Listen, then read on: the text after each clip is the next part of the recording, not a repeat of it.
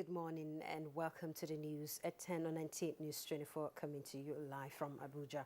I'm Comfort and Modu with the news, but first let's get the teasers.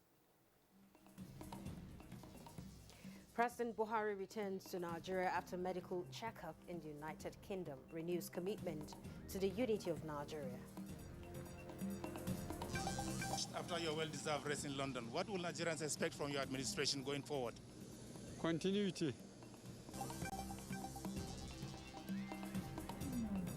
Vice President implores world leaders to exhibit fairness in addressing health and economic issues.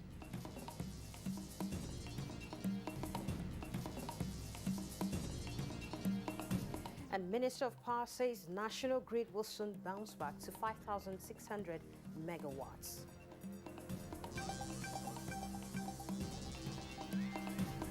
Information Minister says Twitter's decision to open African office in Ghana is and not in Nigeria is a lesson to Nigerians.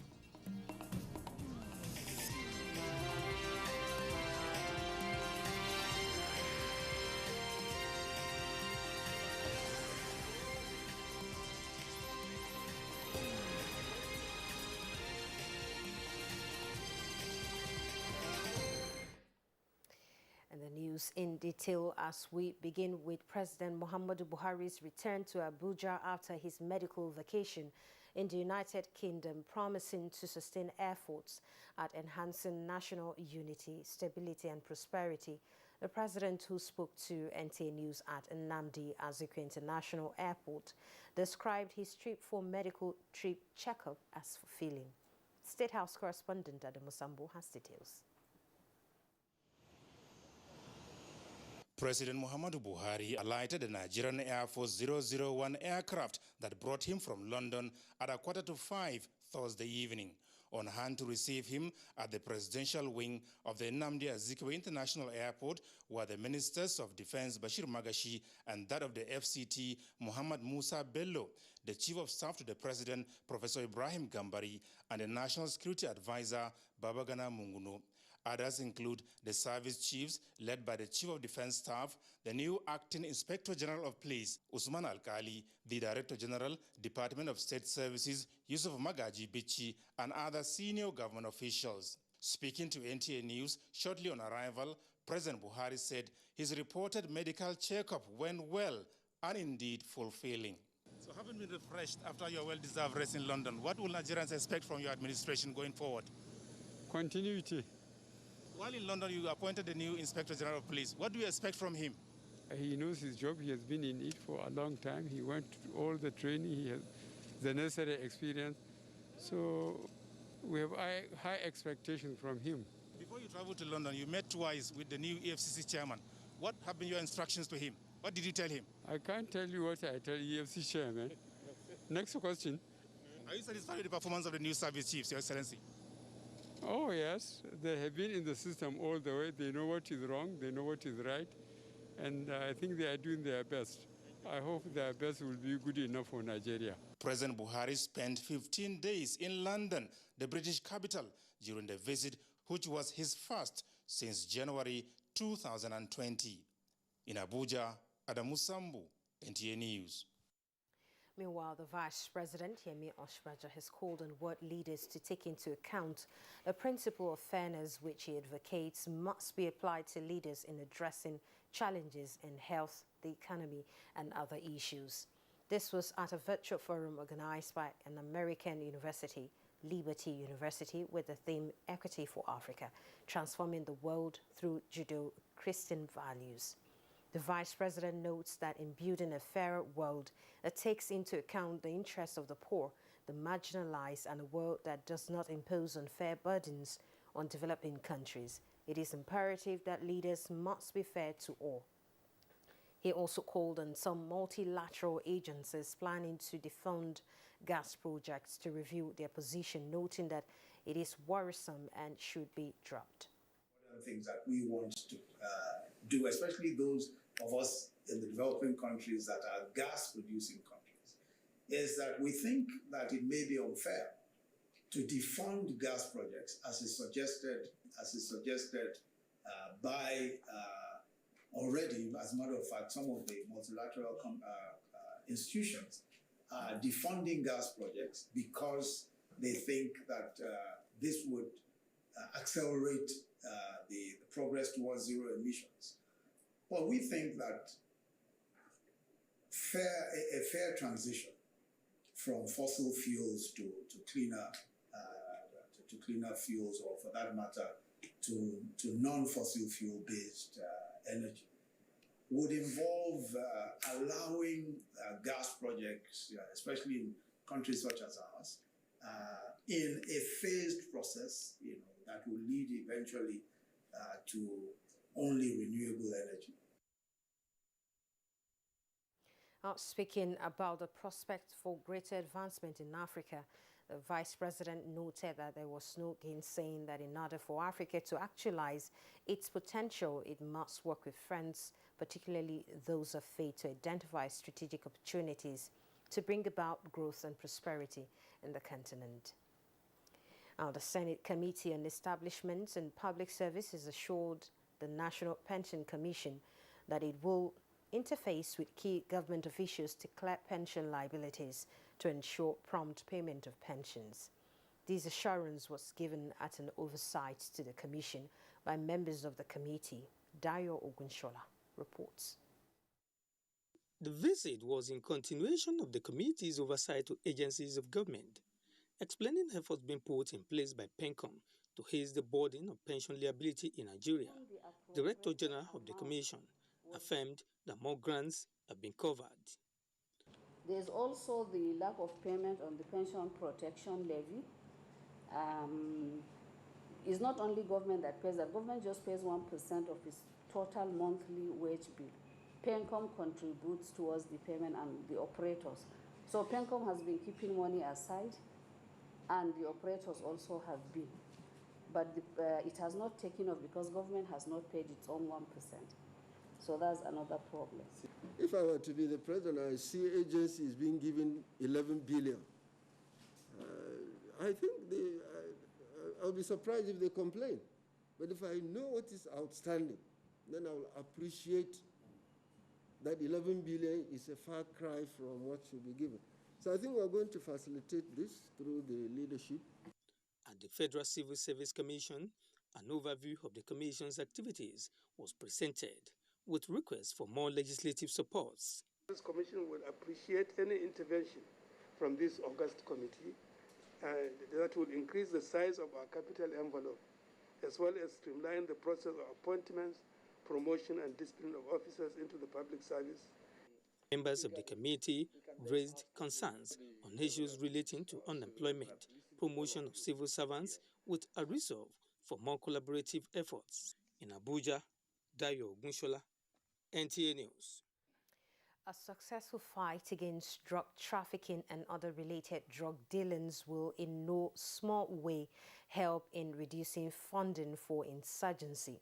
Information and Culture Minister Lai Mohammed stated this when he granted audience to the chairman of the National Drug Law Enforcement Agency, General Buba Marwa, retired in Abuja. Details with Anthony Forson. Information and Culture Minister Lai Mohammed, while commending the NDLEA chairman for the successes recorded in his 3 months in office, said with the rate the agency is clamping down on drug traffickers around the country, there is hope that Nigeria may soon overcome some of the security challenges it is facing. It is common knowledge that drug money can be used and is being used to finance insurgency and terrorism. A successful fight against drug trafficking will therefore help to deny or reduce funding for terrorism and or insurgency. The minister assured the NDLEA chairman of his readiness to partner with the agency by supporting its drug war with enlightenment and advocacy. It will not be out of place for the ministry working with the NDLEA to launch a national campaign against drug trafficking and use of illicit drugs. Lai Mohammed, however, commended General Buba Marwa for raising the bar of the agency, which has attracted global support and commendation in its drug war.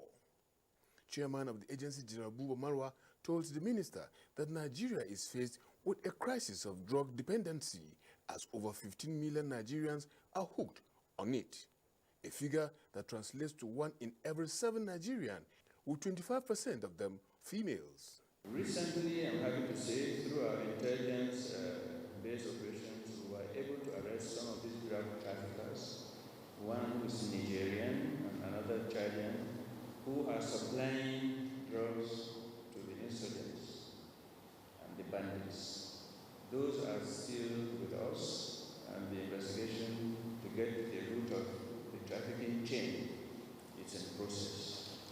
He said in 3 months, the agency has intercepted drugs and cash worth 75 billion naira, arrested over 2,000 traffickers, prosecuting about 5,000 cases, and secured 300 convictions. In Abuja, Anthony Forson, NTA News. Also, Anthony Forson reports that Information and Culture Minister Lai Mohammed has described Twitter's announcement to open its African office in Ghana and not in Nigeria as a lesson Nigerians must learn to understand that promoting negativity about one's country always comes with a price. He was speaking during an interview with newsmen in Abuja. Apart from the announcement of opening its office in Ghana, it also announced that it is looking into hiring local designers, engineers, marketers as part of its new expansion. When asked of his reaction to the Twitter option of Ghana and not Nigeria, which has 25 million Twitter users as against Ghana with just 8 million, the minister said Nigerians are to be blamed for the negative information they broadcast about the country. This is what you get when you demarket your own country. The pastime of most Nigerians, especially the media, is to find fault with their own country. Most times exaggerate the challenges the country is facing.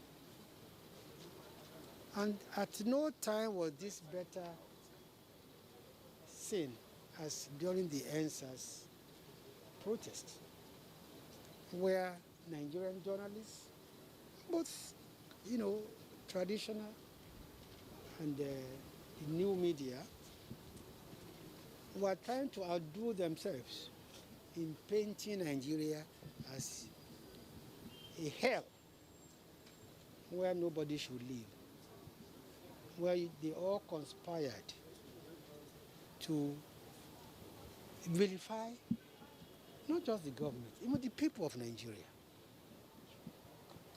And I thank God that the last U.S. report has vindicated the government that no single life, that there's no corroboration of any evidence that anybody was killed at the Lekki toll gate, as opposed to what the majority of the media were championing. I think this will teach all of us a lesson, that you have no country but Nigeria. We are not saying that you should not criticize this country, but be fair. He said nations that attract goodwill is often propelled by the patriotism of its citizens. In Abuja, Anthony Forson, NTA News. Minister of Power Sali Maman has assured Nigerians that relevant agencies under the ministry are working assiduously to fix technical problems in some affected power plants that resulted in shortage of electricity supply in parts of the country. While regretting the inconveniences the power shortage has caused, the minister says he's optimistic that the national grid will bounce back to its peak of 5,600 megawatts of electricity earlier achieved at the beginning of the year. And recall that parts of the country have been experiencing power outages as a result of breakdown of some power generating plants for reasons including gas constraints. The Minister of Power assures that all the challenges will soon be rectified. We now take a break. We have more reports when we return. Yes, who is there? Now open, it's me, Emeka. My brother, how far now? Bros, is it true that the price of petrol will soon go up again? I don't understand this country again. No. Food and electricity are expensive. Now I'm hearing that fuel too will increase. Why now? Emeka, don't let anybody confuse you, please. The regulation of the price of petrol means the market is now open for healthy competition. The price could go up or down. It all depends on the market forces. The price will still go up again? Not like that. Nigeria has spent about 10 trillion naira on fuel subsidy. And with this deregulation, that money will be used for other important things like infrastructure and education. This competition will reduce the price in the long run. Are you serious? Yes, now. You see how SIM cards are now affordable to all? That's how petrol will be too. PPPRA will not allow Nigerians to be exploited unjustly. Now, go out there and spread the good news. Thank you, my brother. Thank you. This message is brought to you by the Petroleum Product Pricing Regulatory Agency, PPPRA.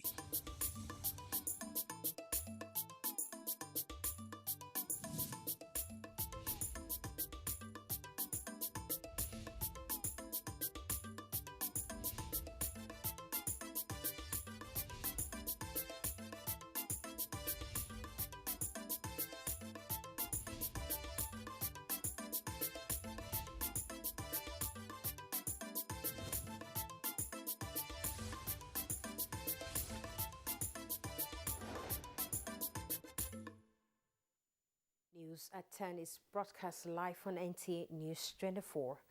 The Emir of Yauri, Dr. Mohammed Zayanu Abdullahi, has commended President Muhammadu Buhari for ensuring successful takeoff of hydroelectric power producing areas development commission to address ecological challenges of communities affected by construction of hydroelectric dams.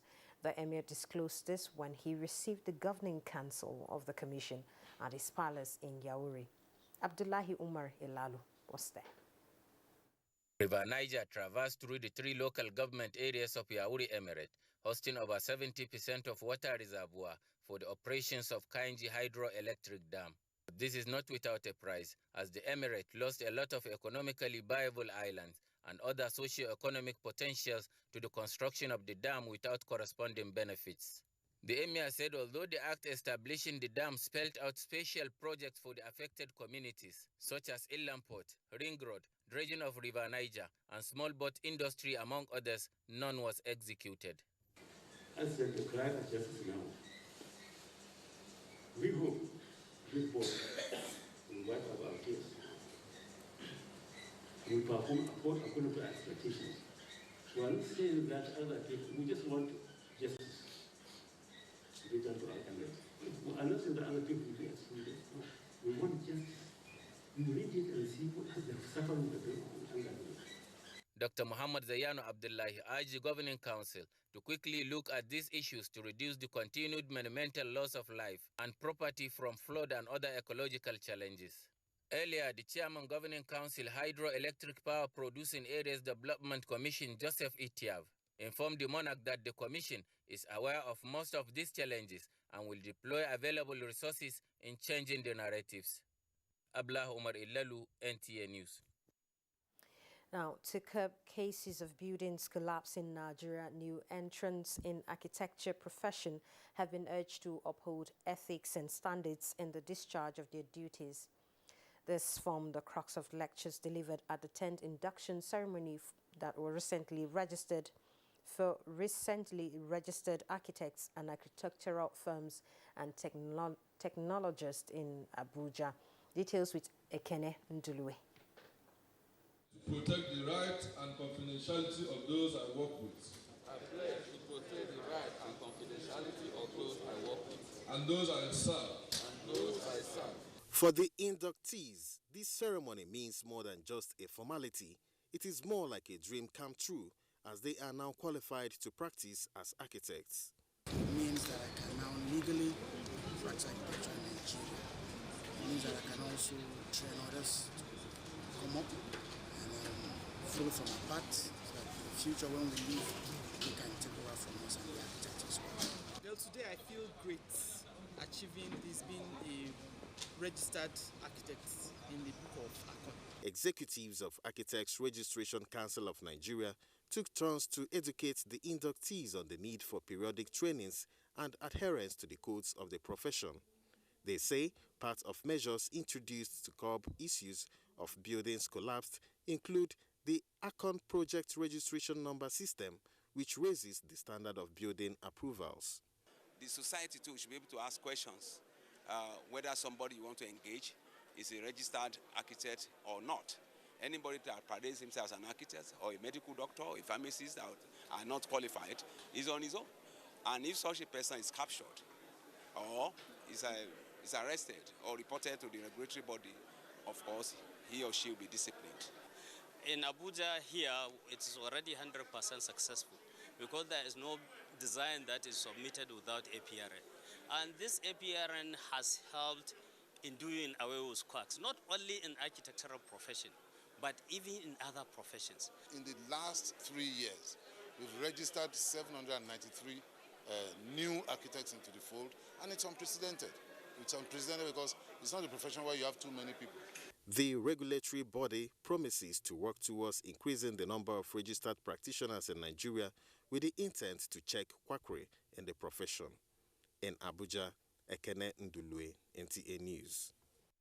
Many thanks for that report. Now, the pen is mightier than the sword, so the saying goes, and it's upon this premises that an online dialogue on the intersection of the mass media, national security and civic space was held with a view to reducing security challenges both on the internet and around the country at large. Defense correspondent Naja'atu Tijani tells us more.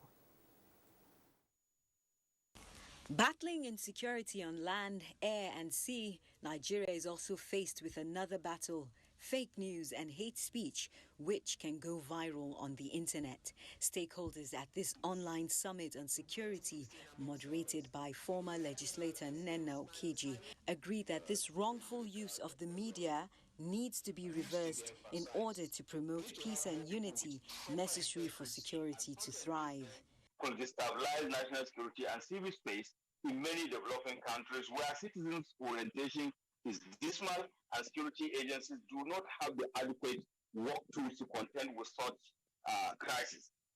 The more than hour-long meeting ends with a call to take a people-centered approach to national security by integrating the three spheres and educating the public about proper rules of engagement while using the internet. Naja'atu Tijani, NTA News. And the Nigerian Air Force has signed a memorandum of understanding with 2 indigenous organizations to promote research and development in local content and reduce overdependence on foreign technology. Again, here is Defense correspondent Naja'atu Tijani with the details. An Alpha Jet undergoing in-country periodic depot maintenance, a service which used to be done overseas, costing the federal government of Nigeria millions of naira. With the directive to promote indigenous technology and patronize local content, the Nigerian Air Force has trained technicians to service its jets and partnered with indigenous companies to produce parts for some of its equipment, a process which is ongoing. Expanding this trend, the Nigerian Air Force is also partnering with the Industrial Training Fund and another organization for the training of personnel and also security systems. The chief is speech of the Chief of the Air Staff. The collaborative efforts also provide platforms to synergize ideas for innovations that are key to achieving meaningful results, to resolve the technological challenges we currently face in a cost-effective manner. The memorandum of understanding we have just signed, to my mind, will establish the framework by which our 2 parties will work together in an effort to nurture a cooperative relationship. The Nigerian Air Force currently has 32 active MOUs with various organizations, agencies and universities nationwide. Naja'atu Tijani, NTA News. Relative normalcy has returned to Damasak in Mubarak local government area of Borno State after a series of attacks on a section of the community by Boko Haram insurgents. Residents resumed their daily activities with the military patrolling various parts of the town to ensure peace and security. Maimuna Garba reports.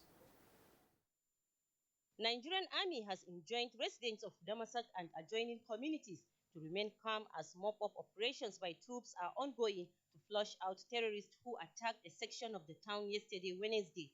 The commander, 5 Brigade Damasak Brigadier General S.S. Tilawan, is personally leading patrols within the town to reassure residents that the areas are safe for them to continue with their normal activities.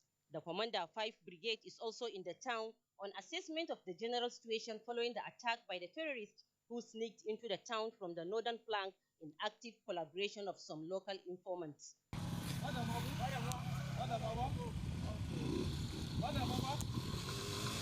So, gentlemen, today is 15th of April. Everything is okay in Damasak. A statement made available to newsmen in Maiduguri by the Director Army Public Relations, Brigadier General Mohammed Yerima, indicates that troops of the Nigerian Army effectively repelled the attack on Damasak and are in total control of the general area. In Maiduguri, Maimuna Garba, NTA News. And in Ebonyi State, a multi-governmental collaboration is in the works to boost security in the state after pockets of security-related incidents were witnessed in some parts of Ebonyi State. Ijoma Pitangwete reports on some of the measures being put in place. Joining efforts with the federal government to ensure that the country wins the war against insurgency and other forms of criminalities, Ebonyi State government has continually enhanced the welfare of security agencies in the state, providing them with more logistics for easy operations. The state governor is doing everything possible to ensure that the protection of life and property is well maintained. Also, as part of the federal government's commitment towards security of lives and properties in the state, Vice President Yemi Osibanjo recently visited the state to ascertain level of damages in crisis-ridden areas and communities attacked by alleged bandits. Let me assure you that we will seek justice on behalf of those who have died, not just because they are Nigerians, but because they are human beings and they deserve justice. The State Commissioner for Peace and Internal Security, Stanley Okoro, said the CCTV cameras installed at all the boundaries in Ebonyi State ensure proper surveillance around the boundaries. He can view what is happening in all the borders from his office and from our server room. Government has also deployed the services of a civilian security outfit, talking about the neighborhood watch. There is a call on Nigerians as a matter of national service and good citizenship to rise and support President Buhari's efforts to achieve his vision of a crime-free Nigeria. In Abakaliki, Ijoma Pitawante, NTA News. We still have more security reports after this time out. Stay tuned.